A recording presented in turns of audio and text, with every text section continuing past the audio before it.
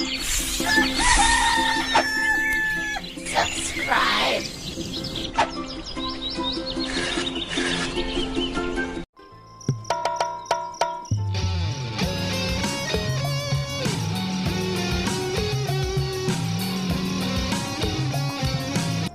Ngapain sih, Pak? Beli rumah lagi? Emang lu bisa tidur di rumah itu, hah? Dari dulu juga kita tidur di situ kali. Ya gua sih jujur aja, selama ini gua nggak pernah tidur nyenyak di rumah itu. Itu mah bapaknya aja yang penyakitan, makanya nggak pernah nyenyak tidurnya.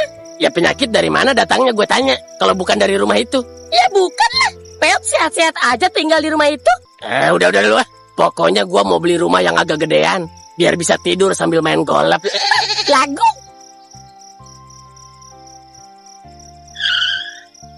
Ini kan rumah yang lu maksud.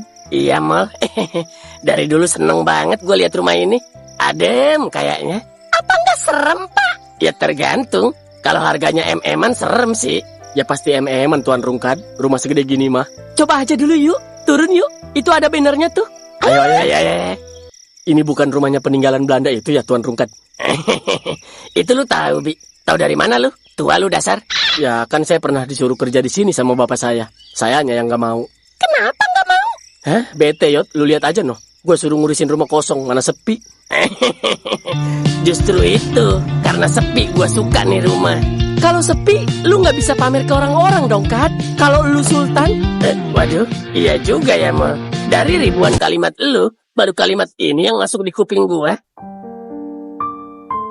Sopo, Nyai. Selamat siang, Pak. Ada yang bisa saya bantu? Dari tadi saya lihat, ya Bapak lihat-lihat rumah ini terus dari tepi jalan sampai masuk ke halaman sini. Apa jangan-jangan Bapak memang tertarik mau beli rumah ini? Kebetulan sekali, Pak. Rumah ini memang sedang ditawarkan. Dan bukan cuma dijual, rumah ini juga bisa disewakan kalau Bapak belum mau beli langsung. Maaf sebelumnya tanpa mengurangi rasa hormat, saya cuma menyampaikan amanat dari pemiliknya saja. Jadi kalau misalnya Bapak mau coba tinggal dulu beberapa bulan sambil lihat suasana rumahnya juga boleh. Sistemnya fleksibel kok, Pak. Kalau mau beli juga bisa dicicil. Pelan-pelan sesuai pembicaraan nanti dengan pemilik langsung. Soalnya pemilik rumah ini sekarang sudah pindah menetap ke Belanda cukup lama. Anaknya juga ikut di sana semua. Makanya rumah ini dititipkan ke saya buat dirawat sekalian, ditawarkan ke orang yang memang serius dan cocok. Jujur aja, Pak, saya pribadi sayang sebenarnya rumah ini dijual. Karena rumah begini sekarang sudah jarang ada. Lihat saja model bangunannya. Langit-langit tinggi, jendelanya besar, ukiran kayunya masih asli semua. Rumah zaman sekarang mana ada yang bangun setebal ini dindingnya. Kalau malam juga adem sekali di dalam. Aura rumahnya itu tenang, beda sama rumah modern yang kadang bagus tapi terasa sempit dan panas.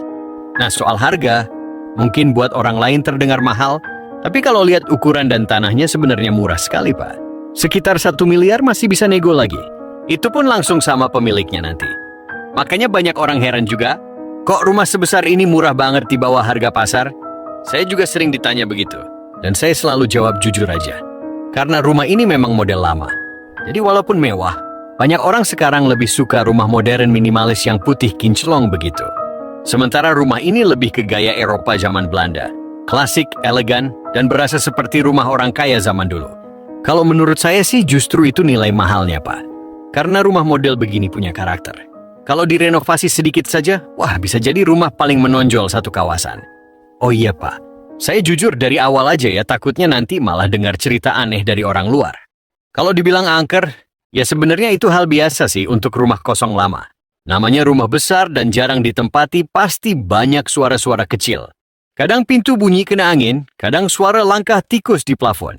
Paling orang suka bilang ada penampakan di lantai 2. Padahal mah yang saya lihat paling tikus lewat atau bayangan tirai kena lampu luar. Jangan takut, Pak, nggak ada hantu kok di sini. Saya juga sering tidur di rumah ini kalau lagi jaga malam dan aman-aman aja. Cuma memang suasananya agak suram karena lampu-lampunya belum banyak dipakai lagi dan halaman belakang pohonnya besar-besar. Jadi orang yang baru datang suka kebanyakan imajinasi sendiri. Padahal kalau rumah ini sudah dibersihkan, dicat ulang sedikit, terus ada keluarga yang tinggal, wah auranya langsung beda total. Rumah itu sebenarnya hidup kalau ada penghuninya, Pak. Ada suara ngobrol, suara dapur, anak-anak lari-larian, itu baru terasa hangat. Makanya saya berharap rumah ini bisa dapat pemilik baru yang memang sayang sama rumah klasik begini. Karena jujur aja, Pak, Rumah ini punya nilai yang nggak semua orang ngerti. Bukan sekadar tempat tinggal, tapi ada suasana dan sejarahnya juga. Ayo Pak, kalau mau sekalian saya temani lihat lantai atasnya juga. Banyak orang memang bilang bagian atas rumah ini kelihatan angker. Padahal sebenarnya biasa aja kok Pak. Karena lampunya memang belum semua dinyalakan sama sudah.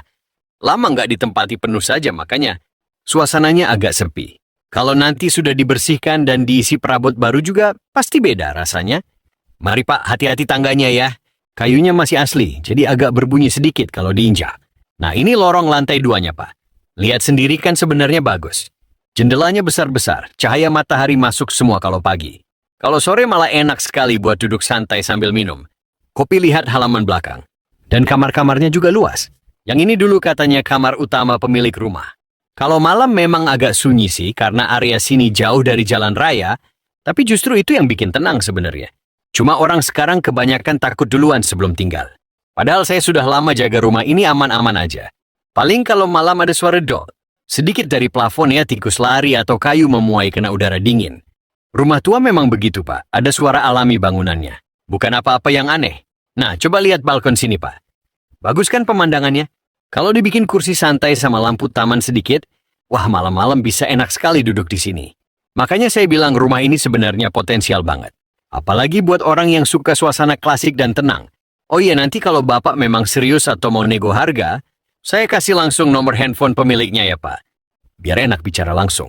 Orangnya juga baik kok dan nggak terlalu kaku soal harga selama rumah ini.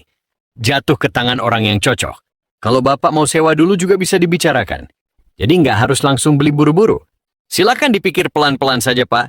Karena beli rumah itu kan soal kenyamanan hati juga. Bukan cuma soal murah atau mewahnya. Oh iya Pak, dari tadi saya cerita panjang lebar malah belum sempat kenalan. Dengan Bapak siapa ya? Kelihatannya Bapak ini orang penting juga. Pembawaannya tenang tapi berwibawa begitu. Dan yang pakai baju pink ini siapa ya Nona namanya? Dari tadi saya lihat mukanya lucu juga, tapi kayak agak takut-takut lihat lantai atas. Tenang aja Nona, di sini aman kok. Jangan terlalu dibayangin cerita-cerita orang luar. Kadang rumah tua memang suka bikin suasana jadi dramatis sedikit. Apalagi kalau belum ramai penghuni. Tapi justru rumah model begini, kalau sudah diisi orang baik biasanya, malah terasa hangat sekali. Saya jadi penasaran juga sebenarnya kalian ini keluarga atau rekan kerja ya. Karena cocok juga kalau rumah sebesar ini ditempati ramai-ramai. Ada yang ngobrol di ruang tengah, ada yang ngurus taman, ada yang masak di dapur besar bawah itu. Rumah begini memang paling bagus kalau hidup dan ramai suasananya.